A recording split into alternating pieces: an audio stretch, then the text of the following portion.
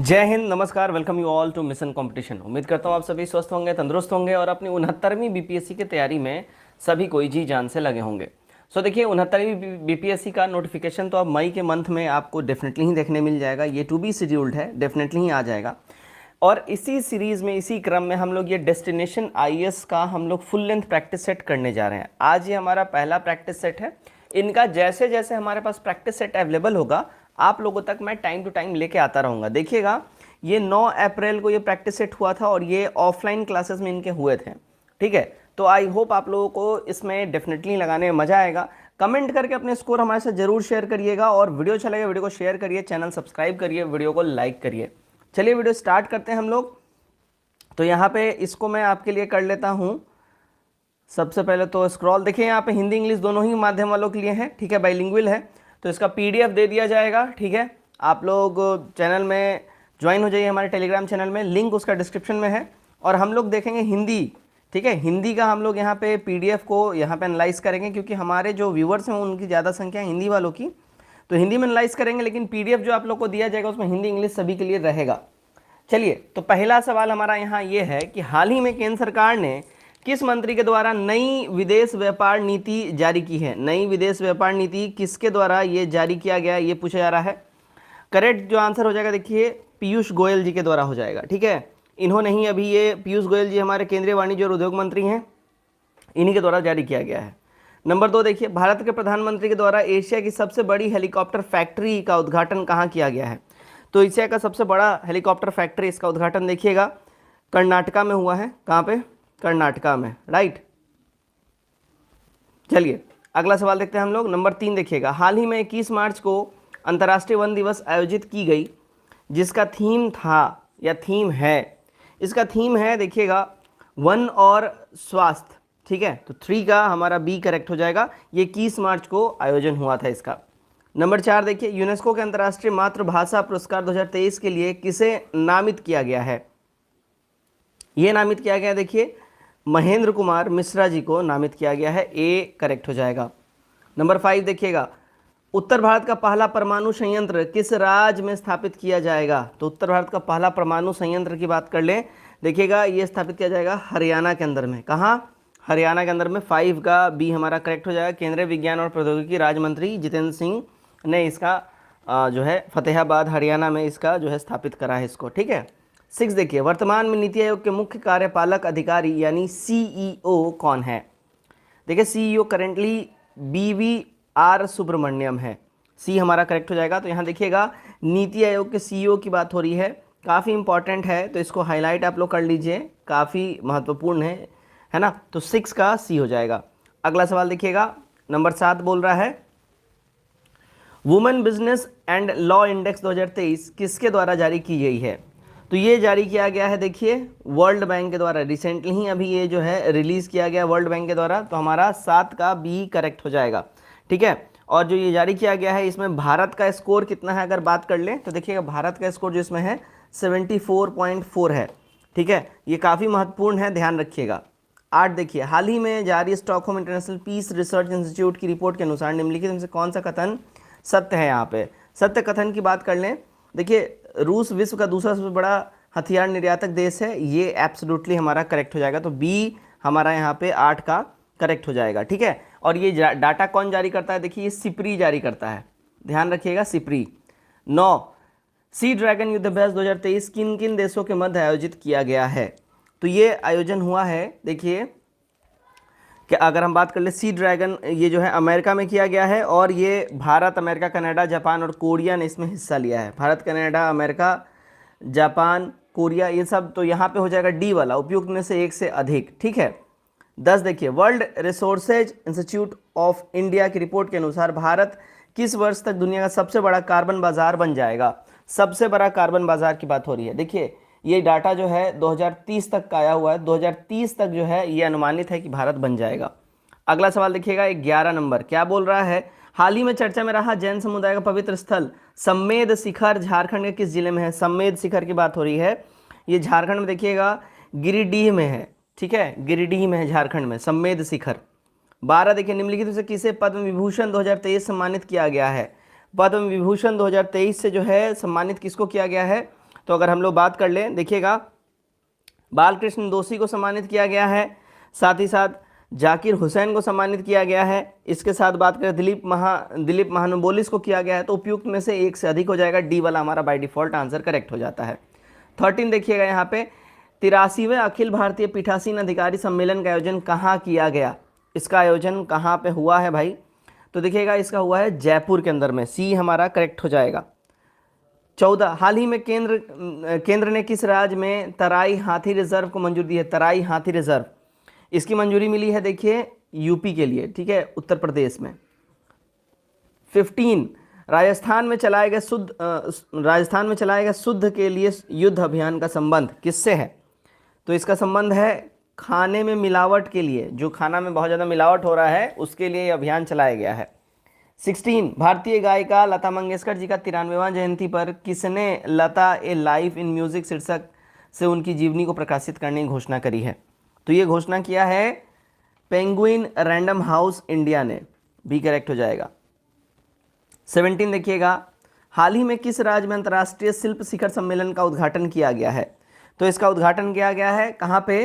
देखिए उड़ीसा के अंदर में, राइट, बी करेक्ट हो जाएगा। 18 देखिए संस्थागत श्रेणी में उड़ीसा राज्य आपदा प्रबंधन प्राधिकरण और किसे सुभाष चंद्र बोस आपदा प्रबंधन पुरस्कार 2023 के लिए चुना गया है? तो इसको चुना गया है, अगर हम बात कर ले किसको, तो लुंगलेई फायर स्टेशन को, सी एब्सोल्युटली करेक्ट हो जाएगा हमारा। 19 देखिएगा जी निम्नलिखित में से किस राज्य ने वर्ष 2025 तक पहला ग्रीन राज्य बनाने का लक्ष्य रखा है? पहला ग्रीन राज्य बनाने का लक्ष्य देखिएगा किसने रखा है? हिमाचल प्रदेश ने ये लक्ष्य रखा है, ए करेक्ट होगा। 20 नंबर हाल ही में कौन से देश ने विश्व के पहले फोटोनिक आधारित क्वांटम कंप्यूटर के व्यवसायीकरण की घोषणा करी है? ये घोषणा कनाडा ने करी है, सी करेक्ट हो जाएगा। ठीक है, अब 21 पे हम लोग आते हैं। National e governance services limited के साथ मिलकर किस बैंक ने हाल ही में इलेक्ट्रॉनिक बैंक की गारंटी योजना शुरू करी है? ये योजना शुरू किया है देखिए इंडियन ओवरसीज बैंक ने, ठीक है, IOC जिसको हम लोग बोलते हैं। 22 देखिए हाल ही में ग्रेटर नोएडा के इंडिया एक्सपो मार्ट में आयोजित दुनिया की सबसे बड़ी एकल विद्युत प्रदर्शनी इलेक्रामा के 15वें संस्करण का उद्घाटन किसने किया था? ठीक है, तो इसका उद्घाटन किया था अगर हम बात कर लें, देखिए RK सिंह ने करा था। 22 का बी करेक्ट हो जाएगा। 23 देखते हैं हम लोग केंद्रीय सड़क परिवहन और राजमार्ग मंत्री नितिन गडकरी ने किस शहर में दुनिया में सबसे बड़े और अनोखे दिव्यांग पार्क की आधारशिला रखी? तो ये दिव्यांग पार्क की आधारशिला जो है देखिए नागपुर में रखा गया है, ठीक है, ध्यान रखिएगा इसका। आगे बढ़ते हैं हम लोग। 24 हाल ही में Modi shopping a global order in flux पुस्तक का विमोचन किसके द्वारा किया गया है? इस पुस्तक का विमोचन की अगर हम बात कर लें किसके द्वारा किया गया है, तो देखिएगा करेक्ट हमारा आंसर हो जाएगा JP नड्डा के द्वारा। ठीक है, तो भाजपा के और BJP के जो है ये प्रमुख हैं, ध्यान रखिएगा। 25 किस राज्य का उच्च न्यायालय क्षेत्रीय भाषा में निर्णय प्रकाशित करने वाला पहला न्यायालय बन गया है? तो ये न्यायालय है हमारा केरल का, सी करेक्ट होगा। 26 देखिएगा क्या बोल रहा है, हाल ही में आयोजित 111वें बिहार दिवस की थीम रखी गई थी। तो इसकी थीम रखी गई थी अगर हम बात कर लें, देखिए 111वें बिहार दिवस मनाया गया जिसमें थीम था युवा शक्ति बिहार की प्रगति। ठीक है, युवा शक्ति बिहार की प्रगति इसका थीम था, यहाँ पे मैं लिख देता हूँ। ठीक है, युवा शक्ति बिहार की प्रगति, राइट। तो ये थीम था, तो हमारा क्या हो जाएगा, ऑप्शन नंबर ई हो जाएगा, इनमें से कोई भी नहीं, 26 का ई हो जाएगा। 27 देखिएगा राज्य का पहला सरकारी शॉपिंग मॉल कहाँ स्थापित किया जाएगा? तो राज्य का पहला सरकारी शॉपिंग मॉल जो है ये पटना में आयोजित स्थापित होने जा रहा है। 28 हाल ही में चतुर्थ कृषि रोड मैप के लिए कृषि समागम का आयोजन कब किया गया? तो इसका आयोजन जो है देखिए 21 फरवरी के दिन करा गया है, सी करेक्ट होगा। 29 हाल ही में गुप्तकालीन देवी देवताओं की मूर्ति के मिलने से चर्चा में रहा मुरली पहाड़ी स्थित है कहाँ पे? तो मुरली पहाड़ी जो है देखिए भाई ये भागलपुर में है। कहाँ है? भागलपुर में मुरली पहाड़ी, सी करेक्ट होगा। 30 बिहार में प्रयाग हिंदी साहित्य सम्मेलन के 75वें अधिवेशन का आयोजन कब किया जाएगा? इसके 75वें अधिवेशन का आयोजन जो है ध्यान रखिएगा ये किया जाएगा 2024 में, ए करेक्ट हो जाएगा। सॉरी, चलिए 31 देखते हैं हम लोग। देखिएगा भारतीय संविधान में वर्णित मूल कर्तव्य के संदर्भ में निम्नलिखित कथनों पर विचार कीजिए। तो निम्नलिखित में विचार कर ले अगर, तो देखिएगा क्या बोल रहा है, ये केवल नागरिकों को प्राप्त है, ठीक है ना, मूल कर्तव्य की बात हो रही है, फंडामेंटल ड्यूटीज, ठीक है। और दूसरा यहाँ क्या बोल रहा है, ये नीति निषेधक तत्वों के समान गैर न्यायोचित है। हमारा करेक्ट जो हो जाएगा सी वाला होता है, पहला और दूसरा स्टेटमेंट एकदम सही है, ठीक है ना। इसका मूल संविधान के भाग 4 में उपबंध किया गया नहीं, 4A में ये एग्जिस्ट करता है, 51A आर्टिकल में एग्जिस्ट करता है, तो इसको ध्यान रखिएगा। 32 देखिए, निम्नलिखित में से किसका अध्यक्ष प्रधानमंत्री होता है। तो प्रधानमंत्री साहब जो हैं, ध्यान रखिएगा, अगर हम बात कर लेते हैं, राष्ट्रीय एकता परिषद के अध्यक्ष होते हैं, नीति आयोग के होते हैं, वैज्ञानिक और औद्योगिक अनुसंधान परिषद के होते हैं। सी करेक्ट हमारा हो जाएगा। 33 देखिएगा, अंतर्राष्ट्रीय संधियों को भारत के किसी भी भाग में लागू करने के लिए संसद कानून बना सकती है। तो संसद जो है कानून बना सकती है, देखिए बिना किसी राज्य की सहमति से ये बना सकती है। सी करेक्ट होगा। 34, पंचायती राज व्यवस्था का मूल उद्देश्य क्या सुनिश्चित करना है। पंचायती राज व्यवस्था का जो है मेन एम वो क्या सुनिश्चित करना है। तो अगर हम बात कर ले, देखिए ठीक है, तो सबसे पहले देखिए 73वां और 74वां संविधान संशोधन हुआ था, जिसके द्वारा ग्राम और नगर स्तर पर पंचायती राज व्यवस्था लागू करना था, ठीक है। ग्राम और नगर स्तर पर इसको लागू करने इसका मेन एम था। उसके बाद देखिए भारत में पंचायती राज व्यवस्था क्रियान्वयन का मुख्य उद्देश्य लोकतांत्रिक विकेंद्रीकरण तथा विकासात्मक कार्यों में जन भागीदारी थी, ठीक है। ओके, तो हमारा डी हो जाएगा 1 से अधिक। 35 देखिएगा, मैथिली को संविधान की 8वीं अनुसूची में कब शामिल किया गया। तो मैथिली को 8वीं अनुसूची में ऐड किया गया था साल 2013 में, ठीक है। आगे हम लोग बढ़ते हैं, चलिए भाई। नंबर 36 देखिए, नगर पालिका का सदस्य बनने की न्यूनतम उम्र सीमा कितनी है। देखिएगा, नगर पालिका की अध्यक्ष बनने की न्यूनतम उम्र सीमा होती है 21 ईयर्स। ऑप्शन में है ये नहीं है, तो ई हो जाएगा। 37, 11वीं अनुसूची में शामिल विषय कौन सा है। इसमें है भैया, देखिए अगर हम बात करें 11वीं अनुसूची में टोटल 29 सब्जेक्ट्स इसमें ऐड हैं, ठीक है। इसका वर्णन जो है आर्टिकल 243 जी के तहत आता है। तो हमारा यहाँ पे हो जाएगा पुस्तकालय, गैर पारस्परिक ऊर्जा, ईंधन एवं चारा, तो हमारा डी हो जाएगा, ठीक है। 38 देखिएगा, भारतीय संविधान मान्यता देता है। तो भारतीय संविधान जो अपना मान्यता देता है धार्मिक और भाषाई अल्पसंख्यकों को, बी करेक्ट हो जाएगा। 39, मुंडेश्वरी पहाड़ी बिहार के किस जिले में है। मुंडेश्वरी पहाड़ी का एक बार फिर से जिक्र आ रहा है, ध्यान रखिएगा भैया। मुंडेश्वरी पहाड़ी जो है कहाँ पे है, कैमूर में है, ठीक है। ई हो जाएगा, कहाँ है, कैमूर। ध्यान रखिएगा, ये बहुत बार पूछ चुका है, इसलिए इसको यहाँ पे हाईलाइट करके रख लीजिए।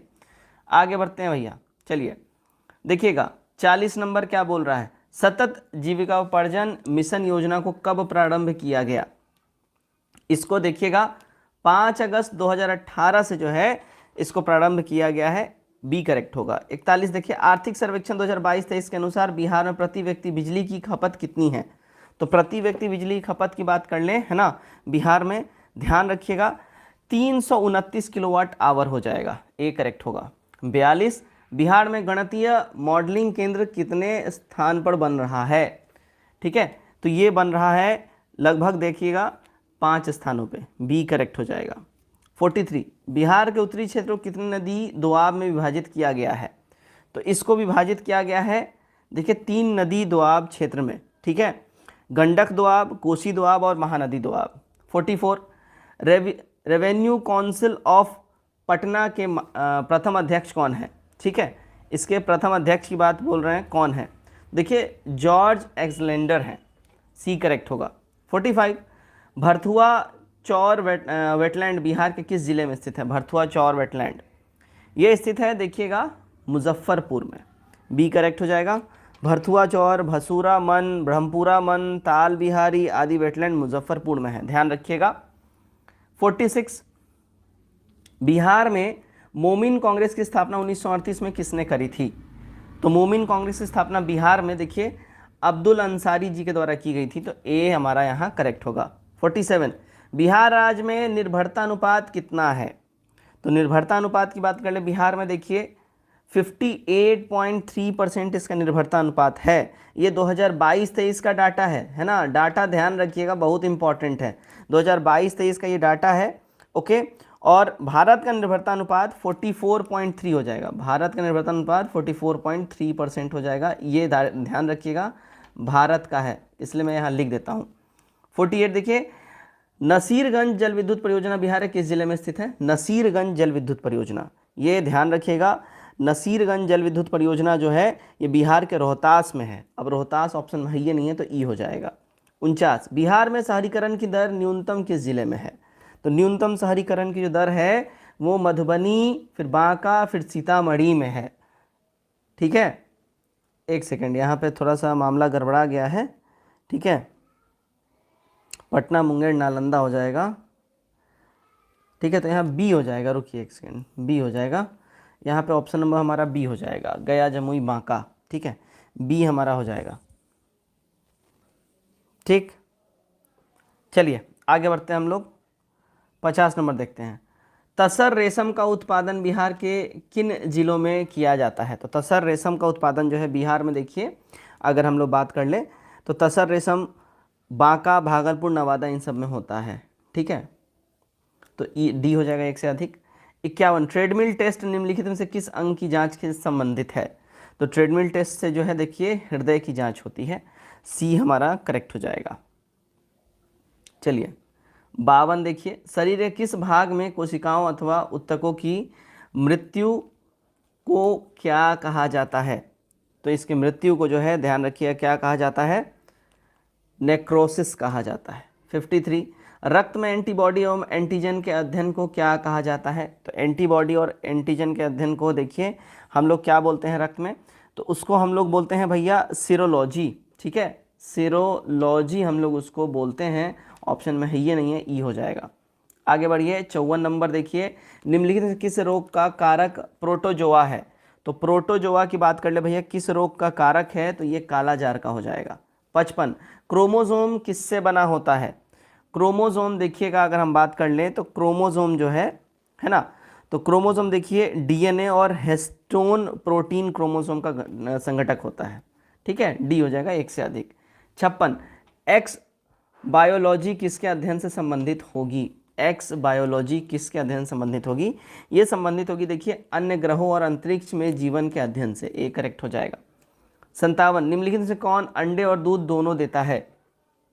अंडे और दूध यहाँ पे ध्यान रखिएगा अगर हम बात कर लें प्लेटिप्स और एकिडाना दोनों ही देते हैं। ठीक है, तो हमारा डी करेक्ट हो जाएगा। 58, कारों में सुरक्षा के लिए उपयोग किए जाने वाले एयर बैग क्या होते हैं? तो ये जो एयर बैग होते हैं ना, ये सोडियम अजाइड होते हैं, सी हमारा करेक्ट हो जाएगा। ठीक है, चलिए 59 देखिएगा क्या बोल रहा है, वह विटामिन जो हार्मोन की तरह कार्य करता है और कैल्शियम का अवशोषण बढ़ाता है? तो भैया वो विटामिन जो है विटामिन डी होता है, बी करेक्ट हो जाएगा। 60, निम्नलिखित में से किसको जंतुओं और पादपों के बीच योजक कड़ी माना जाता है? जंतुओं और पादपों के बीच जो है योजक कड़ी की बात कर लें तो देखिए युगलीना को जो है ना जंतुओं और पादपों के बीच में योजक कड़ी माना जाता है। 61, किस विषाणु में उत्परिवर्तन किस कारण होता है? किसी विषाणु में उत्परिवर्तन किस वजह से होता है? ये होता है देखिए इसके अनुवांशिक द्रव्य में परिवर्तन की वजह से, ए करेक्ट होगा। 62 देखिएगा क्या बोल रहा है, वृक्षों के छाल पर उगने वाले कवक क्या कहलाते हैं? तो वृक्षों के छाल पे जो कवक उगते हैं उसको कार्टिकोलस हम लोग कहते हैं, ए करेक्ट हो जाएगा। ठीक है, 63 देखिएगा। चलिए 63, रात में जागने वाले जानवर हर चीज़ों को है ना, तो वो हर चीज़ों को जो है ना केवल काली और सफ़ेद में ही देख पाते हैं, जैसे कि बैट बोल लीजिए, चमगादड़। ठीक। 64, ब्लैकफुट रोग किस तत्व की अधिक मात्रा में सांद्रण से होता है? तो ब्लैकफुट रोग जो है देखिएगा इसमें आर्सेनिक के अधिक सांद्रण की वजह से, आर्सेनिक मिले जल के सेवन से ब्लैकफुट नामक रोग होता है। आर्सेनिक तो हमारा ई हो जाएगा, इनमें से कोई है ही नहीं आर्सेनिक, तो 64 का ई करेक्ट होगा। 65 देखिए, राष्ट्रीय विषाणु विज्ञान संस्थान कहाँ पे स्थित है? तो ये संस्थान है भैया देखिए पुणे के अंदर में। 66, बादलों की ऊंचाई, दिशा और वेग को मापने के लिए किस उपकरण का उपयोग किया जाता है? तो बादलों की दिशा ऊंचाई को मापने के लिए देखिए नेफ्रोस्कोप का जो है यूज़ किया जाता है, और नेफ्रोलॉजी बादलों के अध्ययन को बोलते हैं। 67, चंद्रमा के प्रकाश को पृथ्वी तक पहुंचने में कितना समय लगता है? तो चंद्रमा में प्रकाश को पृथ्वी तक पहुंचने में 1.3 सेकेंड लगता है, और 8 मिनट 16 सेकेंड सूर्य के प्रकाश को पहुंचने में लगता है, ध्यान रखिएगा। 68, निम्नलिखित में से खनिज फाइबर कौन सा है?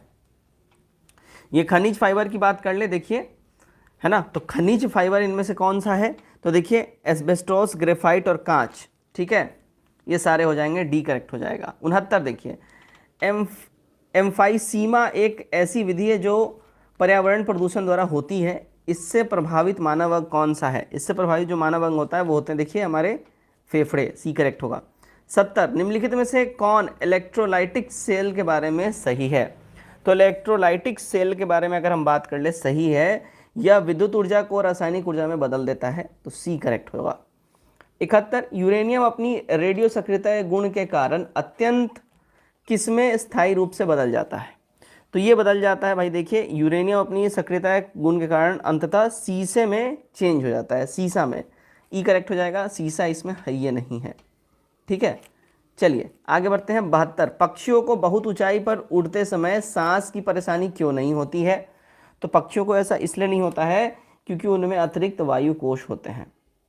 73 विज्ञान की कौन सी शाखा रंगों के अध्ययन से संबंधित है? देखिए रंगों के अध्ययन से विज्ञान की जो शाखा है उसको हम लोग बोलते हैं क्रोमैटिक्स, ठीक है, क्रोमैटिक्स उसको हम लोग बोलते हैं, क्या बोलते हैं? क्रोमैटिक्स। ऑप्शन में है ये नहीं है, ई मार लीजिए, हम यहाँ पे लिख देते हैं, ठीक है, क्रोमैटिक्स, ठीक है, इसको बोलते हैं हम लोग कलर के अध्ययन को। 74 MOM इसरो द्वारा लॉन्च किया गया एक मिशन है जिसका पूर्ण रूप है, तो इसका पूर्ण रूप है मार्स ऑर्बिटर मिशन। इसके ऊपर मूवी भी आई हुई है, आप लोगों ने पढ़ा होगा, ठीक है। चलिए 74 निम्नलिखित में से कौन सी अदिश राशि है? इनमें अदिश राशि की बात कर लें, ठीक है, तो देखिए विद्युत धारा, दाब, ताप, ये अदिश राशि हो जाएगा। 76 थर्मस फ्लक्स का आविष्कार किसने किया था? थर्मस फ्लक्स का आविष्कार जो है ये देखिए जेम्स डेवर जी के द्वारा किया गया था, बी करेक्ट होगा। 77 मोम क्या है? ठीक है, व्हाट इज वैक्स? तो मोम की बात कर ले, देखिए ये एक एस्टर है, ओके, मोम क्या है? एस्टर है। 78 पृथ्वी पर अधिकांश ऑक्सीजन उत्पादित होती है, तो पृथ्वी पर जो जितनी ऑक्सीजन उत्पादित होती है वो देखिए शैवालों के द्वारा अधिकांश ऑक्सीजन उत्पादित होती है, ठीक है। 79 राष्ट्रीय हैजा एवं आंत रोग संस्थान कहाँ है? तो ये संस्थान है भैया देखिए कोलकाता के अंदर में, बी करेक्ट हो जाएगा। 80 हिंग किससे प्राप्त होते हैं? हिंग जो मसाले में जो खाने में हम लोग डालते हैं वो किससे प्राप्त होता है? तो हिंग देखिए ये जड़ों के रिसाव से प्राप्त होता है हिंग, है ना। 81 निम्नलिखित में कौन सा स्थान भारत का ग्रीनविच कहा जाता है? तो भारत का ग्रीनविच ध्यान रखिएगा किसको कहा जाता है? उज्जैन को कहा जाता है। 81 का बी करेक्ट हो जाएगा। खगोल शास्त्रियों के अनुसार उज्जैन की भौगोलिक स्थिति और विशिष्ट है, काफ़ी ज़्यादा इंपॉर्टेंट है। 4वीं शताब्दी के अंदर में ना खगोलीय ग्रंथ सूर्य सिद्धांत के अनुसार उज्जैन जो भौगोलिक रूप से काफ़ी सटीक स्थान पर है, जहाँ देशांतर और कर्क रेखा प्रतिच्छेद एक दूसरे को करते हैं, इसी कारण इसे पृथ्वी की नाभि माना जाता है, ठीक है। और भारत को ग्रीनविच, और इसे भारत का ग्रीनविच कहा जाता है, ठीक है। तो ध्यान रखिएगा उज्जैन काफ़ी इंपॉर्टेंट है और पृथ्वी की नाभि इसको कहा जाता है, ये भी ध्यान रखिएगा, आगे पूछ सकता है। 82 ग्रेट सैंड्री रेगिस्तान किस देश में स्थित है? ठीक है, ग्रेट सैंड्री रेगिस्तान ये स्थित है भैया देखिए ऑस्ट्रेलिया में। 83 निम्नलिखित शहरों में से किसे भारत के मशरूम सिटी के नाम से जाना जाता है? तो भारत का मशरूम सिटी ये देखिए सोलन है, सी करेक्ट होगा। 84 प्रस्तावित मेकेदातु बांध परियोजना का निर्माण किस नदी पर किया जाता है? मेकेदातु बांध परियोजना देखिए ये होगा कावेरी रिवर के ऊपर में, ठीक है, तो हमारा हो जाएगा ए करेक्ट। आगे देखिए 85 दिए गए शहरों में किस एक में रेत के पहाड़ जिन्हें रेत के टीले कहा जाता है पाए जाते हैं? देखिए रेत के टीले जो है ना ये आपको कहाँ पाए जाएंगे? हमेशा रेगिस्तानी इलाके में, तो अबू धाबी करेक्ट हो जाएगा। 86 पहाड़ों पर पानी का मुख्य स्रोत क्या होता है? तो पहाड़ों पर पानी देखिए अगर हम बात कर लें तो पहाड़ों पे पानी जो है ना मुख्य स्रोत चश्मा होता है। अब चश्मा हम लोग जो पहनते हैं वो नहीं होता है, चश्मे अक्सर ऐसे क्षेत्र में बनते हैं जहाँ दरार और कटाव हो, जिनमें बारिश, नदियाँ और झीलों का पानी प्रवेश करके उसमें ठहर जाती हैं। समझ गए हैं चश्मा कौन सा है? हम लोग जो पहनते हैं वो वाला चश्मा नहीं समझ लीजिएगा। चलिए 87 नंबर हम लोग देखते हैं क्या बोल रहा है। माउंट एवरेस्ट की नई मानक ऊंचाई होगी, तो माउंट एवरेस्ट की नई मानक ऊंचाई होगी 8,888.86 मीटर, ठीक है, नई मानक ऊंचाई है, वीवीआई है, इसको आप लोग नोट डाउन कर लीजिए, ठीक। आगे देखिए निम्नलिखित से कौन से देश अदन की खाड़ी से लगे हुए हैं?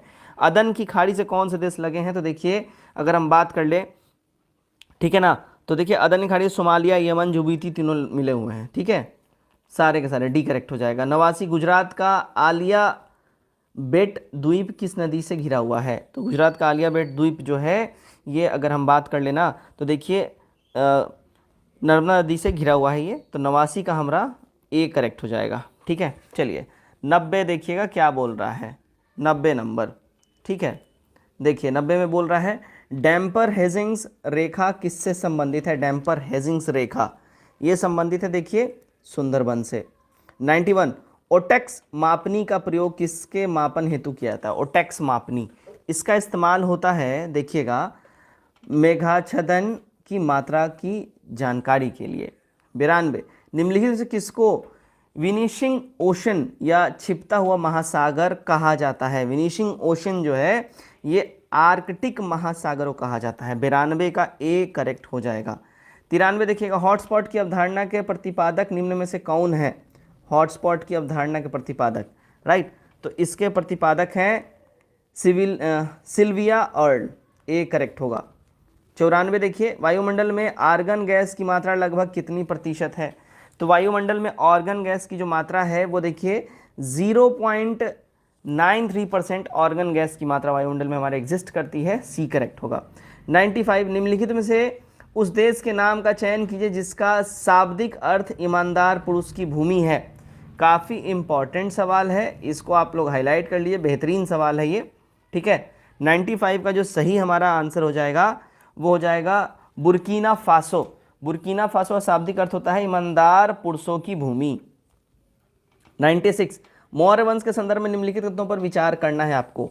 तो मौर्य वंश के संदर्भ में देखिएगा क्या बोल रहा है, इस वंश का संस्थापक चंद्रगुप्त मौर्य था, करेक्ट बात है। मुद्रा राक्षस में मौर्य वंश का वर्णन किया गया है, ठीक है। मौर्य वंश के समय पश्चिमोत्तर भारत सेल्यूकस के अधीन था, ठीक है, तीनों हो जाएगा, सी करेक्ट हो जाएगा 96 का, एब्सोल्युटली। 97 देखिएगा सम्राट अशोक के कलिंग युद्ध के संदर्भ में कौन सा कथन गलत है? इनके संदर्भ में गलत कथन जो है देखिएगा क्या बोल रहा है, इस युद्ध का वर्णन 11वें शिलालेख में किया गया है, गलत है ना। कलिंग युद्ध का वर्णन 13वें शिलालेख में किया गया है, ध्यान रखिएगा। 98 निम्नलिखित नगरों में से किस एक नगर का संबंध महावीर से नहीं है? महावीर से किसका संबंध नहीं है? तो लुम्बिनी का नहीं है। 98 का बी करेक्ट हो जाएगा। कपिल वस्तु के निकट की तराई में अवस्थित है लुम्बिनी, इसका महात्मा बुद्ध का जन्म स्थान माना जाता है, ठीक है, महावीर नहीं। 99 देखिएगा क्या बोल रहा है, निम्नलिखित में से किसका प्रधान गौल्मिक कहलाता था? तो प्रधान गौल्मिक जो है ये देखिए ग्रामीण क्षेत्र कहा जाता है। 99 का सी करेक्ट हो जाएगा, ठीक। 100 निम्नलिखित में से किस बौद्ध साहित्य में महात्मा बुद्ध के नैतिक एवं सिद्धांत संबंधी प्रवचन संकलित हैं? तो ये प्रवचन आपको कहाँ मिलेंगे? देखिए सुत्त पीटक में मिलेंगे भैया, डी करेक्ट हो जाएगा। आगे बढ़ते हैं, नंबर 101, क्वेश्चन नंबर 101। सल्तनत कालीन किस शासक ने राजस्व के संबंध में कहा था कि एक अनुग्रही राजा सदा ईश्वर के संरक्षण के छत्र से रक्षित होना चाहिए? ये कहा गया था देखिए किसके द्वारा? बलबन के द्वारा। 101 का ए करेक्ट हो जाएगा। 102 देखिए निम्नलिखित में से किसने विजयनगर के सचिवालय का वर्णन किया है? विजयनगर का सचिवालय, इसका वर्णन देखिए अब्दुल रज्जाक ने करा है अपने किताब के अंदर में, ठीक है। चलिए 103 देखिएगा, मनसबदारी प्रथा से संबंधित सत्य कथन को बताना है। मनसबदारी प्रथा, तो इससे संबंधित सत्य कथन जो है देखिएगा, है ना, क्या बोला है? मनसब फारसी भाषा का शब्द है जिसका अर्थ है पद। यह मंगोलों द्वारा दशमलव पद्धति पर आधारित थी। गुप्तकालीन में इस व्यवस्था का प्रारंभ अकबर ने किया था, तो हमारा डी करेक्ट हो जाएगा, ठीक है। मुगल काल में, मैंने गुप्त काल बोल दिया, मुगल काल में, ठीक है। 103 का डी हो जाएगा। उपयुक्त सभी कथन जो है यहाँ पे हमारे सही हैं, ठीक है। चलिए 104 देखिएगा, सूची 1 को सूची 2 से यहाँ पे सुमेलित करना है, नीचे दिए कूट का सही उत्तर चयन करना है ना। तो देखिए तारीख़ हिंद अलबरूनी हो जाएगा, ठीक है। उसके बाद देखिएगा तारीख़ दिल्ली खुसरो हो जाएगा, ठीक। रहला जो है रहला इब्न बतूता का हो जाएगा, और ध्यान रखिएगा तबकात नासरी मिनाजुस सिराज हो जाएगा। 104 का सही हो जाता है बी वाला, ठीक है। 104 का सही मिलान अपना क्या हो जाएगा? बी हो जाएगा। 105 देखिए, राजा राम मोहन रॉय निम्नलिखित के आलोचक थे। किसके आलोचक थे? देखिए ये आलोचक थे भैया, अगर हम बात कर लें तो राजा राम मोहन रॉय भारतीय पुनर्जागरण के इनको जनक कहा जाता था, और ये मूर्ति पूजा और बहुवाद के आलोचक थे, ठीक है। डी हो जाएगा एक से अधिक। 106 रैयत संघ की स्थापना किसने करी थी? रैयत संघ है ना, इसकी स्थापना करी थी एनजी रंगा जी ने, सी करेक्ट होगा। 107 रामधारी आंदोलन किसके द्वारा प्रारंभ किया गया था? रामधारी आंदोलन ये स्टार्ट किया गया था, अगर हम बात कर ले, बाबा राम सिंह के द्वारा। 107 का सी करेक्ट हो जाएगा, ठीक है। चलिए 108 देखिएगा, 1857 के विद्रोह को सभ्यता और बर्बरता के बीच संघर्ष किसने कहा है? तो ये संघर्ष किसने कहा है भाई? देखिए ये टी.आर. होम्स ने कहा है, बी करेक्ट होगा। 109 देखते हैं हम लोग, 109 चलिए 109 राजकीय कोष को मुर्शिदाबाद से कलकत्ता किसने स्थानांतरित किया था? राजकीय कोष को तो मुर्शिदाबाद से कलकत्ता जो है, देखिएगा अगर हम बात कर लें, ये रॉबर्ट क्लाइव ने ट्रांसफ़र करा था, ठीक है। 109 का हमारा बी करेक्ट हो जाएगा। वॉरेन हेस्टिंग्स के समय अगर हम बात कर लें, ठीक है, वॉरेन हेस्टिंग्स के समय राजकोषीय कोषागार कलकत्ता स्थानांतरित किया गया था, ठीक है।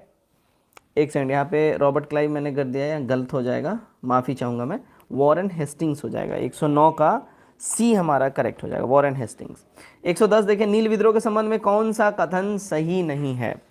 तो इसमें देखिएगा अगर हम बात कर लें, देखिए विक्रम चंद्र चटर्जी ने अपनी पुस्तक नील दर्पण में इसका वर्णन किया है, ये गड़बड़ बात है, ठीक है। नील विद्रोह जो है 1860 में ही हुआ था, बंगाल और नील मानिकों के ऊपर में ये सब कुछ बताया गया है, ठीक है। दीनबंधु मित्र ने इसके अपने बुक नील दर्पण में संदर्भित किया है। 111 द्वितीय गोलमेज में व्यवसायियों का प्रतिनिधित्व किसने किया था? व्यवसायियों का प्रतिनिधित्व जो है, देखिए अगर हम लोग बात कर लें किसने किया था, तो ये बिरला ने करा था, बी करेक्ट हो जाएगा। 112 रॉलेट एक्ट 1919 पर विचार करें और असत्य कथन को चुनना है। असत्य कथन देखिएगा इसमें क्या बोल रहा है, हंटर आयोग की सिफारिश पर उसे लागू किया गया, ये वाला गड़बड़ है असत्य कथन। 112 का सिडनी कमेटी की सिफारिश पर रॉलेट एक्ट लागू किया गया था, ठीक है, ध्यान रखिएगा। 113 पानीपत की तृतीय युद्ध में मराठा सेना का नेतृत्व करता कौन था? इसका नेतृत्व करता था सदाशिव राव, सी करेक्ट होगा। 114 देखिएगा भारत में सबसे अंत में जाने वाली यूरोपीय शक्ति कौन सी थी, जो सबसे आखिरी में गई? सबसे आखिरी में जाने वाली यूरोपीय शक्ति जो है, देखिए वो पुर्तगाली थे, ये हो जाएगा, यहाँ ऑप्शन में है, ये नहीं है, ठीक है, तो यहाँ पे लिख लीजिए सबसे आखिरी में कौन गया था, तो पुर्तगाली सब गए थे, ठीक है ना, पुर्तगाली सब सबसे आखिरी में गए थे, सबसे पहले आए भी थे, सबसे आखिरी में गए भी। चलिए 115 बिहार प्रांतीय किसान सभा के संस्थापक कौन थे? तो बिहार प्रांतीय किसान सभा संस्थापक सहजानंद सरस्वती जी थे, बी करेक्ट होगा। 116 भारतीय परिषद अधिनियम 1892 के बारे में निम्न में से सत्य कथन चुने। इसमें सत्य कथन की बात कर लें, है ना, तो देखिएगा भारतीय परिषद अधिनियम 1892 प्रमुख जो प्रावधान थे वो थे सदस्यों को बजट पर बहस का अधिकार था, ठीक है, ओके। उसके बाद दूसरा क्या बोल रहा है, सत्य कथन यहाँ पे चुनना है ना, तो यहाँ दूसरा उसके बाद क्या बोल रहा है, 6 दिन पूर्व सूचना देकर प्रश्न पूछने का अधिकार था। समिति एवं अप्रत्यक्ष निर्वाचन प्रारंभ, सीमित और अप्रत्यक्ष निर्वाचन इसमें स्टार्ट हो गया था। तो 16 का यहाँ पे डी हो जाएगा, एक से अधिक, ठीक है, ठीक है। चलिए 117 लाल किला मुकदमा में अभियुक्तों की सजा को माफ़ करने वाला वायसराय का क्या नाम था? तो इस वायसराय का नाम था लॉर्ड वेवेल, बी करेक्ट हो जाएगा। 118 देखिए यूक्लिड के रेखा गणित के तत्वों का संस्कृत में अनुवाद किसने कराया? तो इसका संस्कृत में अनुवाद की बात कर ले भाई, देखिए तो सुवाई जयसिंह ने, है ना, सुवाई जयसिंह ने यूक्लिड के संस्कृत में अनुवाद करवाया था। सवाई जयसिंह, सवाई जयसिंह जिनके नाम से स्टेडियम भी है जयपुर में, है ना, आई होप आप लोगों को याद होगा, अभी आईपीएल चल रहा है तो आप लोग तो जान रहे होंगे, याद होना चाहिए। 119 चलिए साइमन कमीशन के आने के विरोध भारतीय जन आंदोलन क्यों हुआ था? देखिए इसलिए हुआ था क्योंकि साइमन कमीशन में कोई भी भारतीय सदस्य नहीं था, सारे गोरे थे, इसलिए साइमन गो बैक का नारा लग रहा था। 120 देखिएगा क्या है 120 में, तो देखिए मुंडा विद्रोह रिलेटेड है 1899 से, ठीक है। चुआर विद्रोह 1768 से, चटगांव शस्त्रागार ये 1930 और नौसेना विद्रोह 46, डी वाला करेक्ट कूट बैठ जाता है। 121 देखिए सदस्यों के लिए खादी वस्त्र को अनिवार्य कांग्रेस के किस अधिवेशन में किया गया? तो खादी वस्त्र को अनिवार्य जो है 42वां अधिवेशन हुआ था कांग्रेस का, 1926 में कहाँ हुआ था? गुवाहाटी में हुआ था, वहीं पे इसको कंपलसरी किया गया था। ठीक है जी, 1926 के अंदर में। ठीक है, चलिए इसकी अध्यक्षता कौन किए थे? तो एम श्रीनिवास अयंगर किए थे। यहाँ पे अध्यक्षता भी लिख लीजिए, एम श्रीनिवास, ठीक है, अयंगर। ठीक। 122, मैंने रोटी मांगी थी परंतु मुझे उत्तर में पत्थर मिले, गांधी का ये कथन किससे संबंधित है? गांधी का ये स्टेटमेंट है सविनय अवज्ञा आंदोलन से रिलेटेड, सी करेक्ट हो जाएगा। 123 देखिएगा क्या बोल रहा है, 1774 में उच्च न्यायालय की स्थापना के समय गवर्नर जनरल कौन था? उस समय गवर्नर जनरल था वॉरेन हेस्टिंग। यहाँ टाइपिंग मिस्टेक है, ध्यान रखिएगा, वॉरेन हेस्टिंग, सी करेक्ट हो जाएगा। ठीक है, 1712 में बंगाल में द्वैध शासन आ गया था। ठीक, 1712 में बंगाल में द्वैध शासन प्रणाली को समाप्त कर दिया गया। इस समय द्वितीय आंग्ल मैसूर युद्ध चल रहा था, और ध्यान रखिएगा तो उस समय से रिलेटेड हमारा हो जाएगा। 1774 में उच्चतम न्यायालय जब आया था तो उसमें वॉरेन हेस्टिंग था, ध्यान रखिएगा। चलिए आगे बढ़ते हैं हम लोग। 124, किस व्यक्ति ने 100 एकड़ भूमि 1951 में विनोबा भावे को दान में दी, जिसे भूदान आंदोलन का प्रारंभ किया गया? ठीक है, 100 एकड़ जमीन कौन दान में दिया था भाई? तो ये दिए थे विदेरे रामचंद्र रेड्डी जी ने इसको दान में दिया था। सी हमारा करेक्ट हो जाएगा। ठीक है, 124 का सी। चलिए 125, किस अधिनियम में सबसे पहले अनुसूचित जाति शब्द का प्रथम प्रयोग किया गया? तो अनुसूचित जाति का सबसे पहले प्रथम प्रयोग जो है ये भारत परिषद 1935 में किया गया था। 126, किस मुस्लिम विचारक ने भारत में उलेमाओं को स्वतंत्रता के संघर्ष के लिए कांग्रेस के साथ सहयोग करने के लिए तैयार किया? तो ये तैयार किया था, देखिए अगर हम बात कर लें, जमान अली अफ़गानी, गुलाम मोहम्मद और सैयद अहमद खान। डी करेक्ट हो जाएगा, एक से अधिक हो जाएगा, 26 का डी। 27 देखिए, भारतीय महिला विश्वविद्यालय के प्रथम कुलपति कौन थे? तो प्रथम कुलपति की बात कर ले, है ना, तो देखिएगा प्रथम कुलपति थे आरजी भंडारकर। 127 का सी करेक्ट हो जाएगा। 128 देखिएगा, प्राचीन स्मारक परीक्षण अधिनियम किस वायसराय के कार्यकाल में पारित हुआ था? तो ये पारित हुआ था लॉर्ड कर्जन के कार्यकाल में, तो हमारा यहाँ पे करेक्ट हो जाता है सी वाला। 129, 1883 के इंडियन एक्ट 5 द्वारा किस प्रथा को अवैध घोषित किया गया? तो इसको देखिए अगर हम बात कर लें, ठीक है, तो दास प्रथा को जो है अवैध घोषित किया गया था, तो बी करेक्ट हो जाएगा। 130 देखिएगा, society for translating European science की स्थापना कहाँ हुई थी? तो इसकी स्थापना की बात कर लें, ये हुआ था देखिए कलकत्ता के अंदर में। 131, बैंकों का राष्ट्रीयकरण किस पंचवर्षीय योजना के अंतर्गत किया गया था?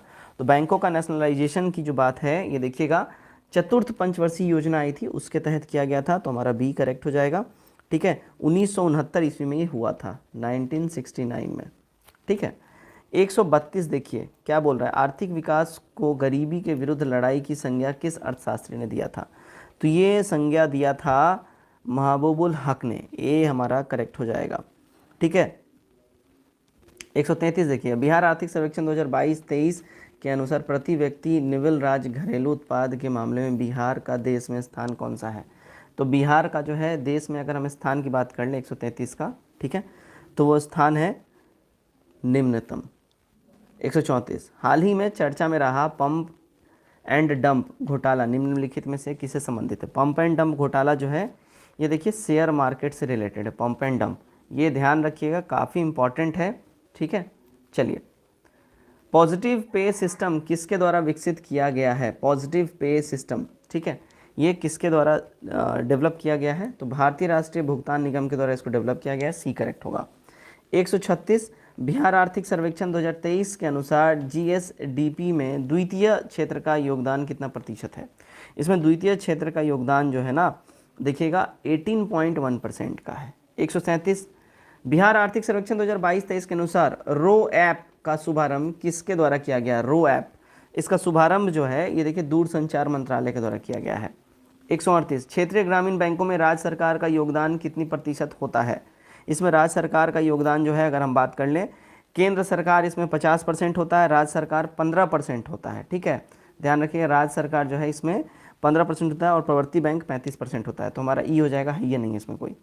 139, भारत में पहली बार बजट किसके द्वारा पेश किया गया था? भारत में तो सबसे पहली बार भारत में बजट जो है पेश किया गया था, देखिए जेम्स विल्सन के द्वारा, सी करेक्ट होगा। अब यहाँ से कुछ मैथ्स के सवाल स्टार्ट हो जाएंगे 141 से, तो आप लोग उसका स्क्रीनशॉट लेके जरूर आंसर सॉल्व कीजिएगा। राष्ट्रीय कृषि सहकारी विपणन संघ की स्थापना किस पंचवर्षीय योजना के दौरान हुआ? इसकी स्थापना हुआ था द्वितीय पंचवर्षीय योजना के दौरान। 141 देखिए, किसी घड़ी में 2:20 पर कितनी डिग्री का कोण वो बनाएगा? तो वो जो कोण बनाएगा वो होगा 740 डिग्री का। ठीक है। 142 देखिएगा, ये समीकरण है, इसको हल करना है। इसका करेक्ट आंसर हो जाएगा ए 27। ये रीजनिंग का सवाल 143, यदि किसी कोड में गोन को 1LPB लिखा जाता है तो उसी कोड में CRIB को क्या लिखा जाएगा? उसमें CRIB को जो है देखिए, अगर हम बात कर लें तो उसमें लिखे CRI, तो यहाँ पे लिखेगा EOKY लिखा जाएगा। हाँ 44 देखिए, यदि एक पार्टी में प्रत्येक व्यक्ति सभी उपस्थित व्यक्तियों से हाथ मिलाते हैं, यदि कुल हैंडशेक 66 हुए हैं तो पार्टी में कितने व्यक्ति हैं? 66 हैंडशेक का मतलब 12 व्यक्ति हो जाएंगे। चलिए 145 का ये समीकरण दिया है, इसको सॉल्व करना है, -34 हो जाएगा इसका। 146 से रीजनिंग का सवाल है, इसको देखिएगा। तो 146 का जो करेक्ट आंसर हो जाएगा ये 74 हो जाएगा। क्वेश्चन मार्क के स्थान पे क्या आएगा ये बताना है। 147 देखिएगा, हॉकी खेलने के लिए 19 लड़के आए, उनमें से 11 हॉकी का कमीज पहने हुए हैं, 14 हॉकी का पैंट पहने हुए हैं। एक भी लड़का ऐसा नहीं है जिसने कमीज या पैंट ना पहनी हो। पूरी वर्दी पहने लड़कों की संख्या क्या होगी? तो इसमें पूरी वर्दी पहने लड़कों की संख्या हो जाएगी 6। 148, किसी आयत का परिमाप 50 मीटर है, यदि इसकी लंबाई चौड़ाई से 13 मीटर अधिक है तो उसका क्षेत्रफल कितना होगा? उसका क्षेत्रफल की हम बात कर लें तो उसका क्षेत्रफल हो जाएगा 114 मीटर। ठीक है। चलिए यहाँ पे, हाँ चलिए, विषम संख्या को यहाँ पे पहचानना है। विषम संख्या इसमें से क्या है? तो विषम संख्या देखिए 49 हो जाएगा हमारा विषम संख्या। 150, आशा और लता की वर्तमान आयु 5:6 है, यदि उनकी आयु में 6 साल का अंतर है तो 5 वर्ष बाद लता की आयु क्या होगी? तो 5 वर्ष बाद जो है लता की आयु की बात कर लें 41 वर्ष हो जाएगी। तो फ्रेंड्स ये था हमारा सेट नंबर 1। उम्मीद करता हूँ आपने इसमें मैक्सिमम स्कोर किया होगा। कमेंट करके अपने स्कोर जरूर शेयर करिए। और कट ऑफ जो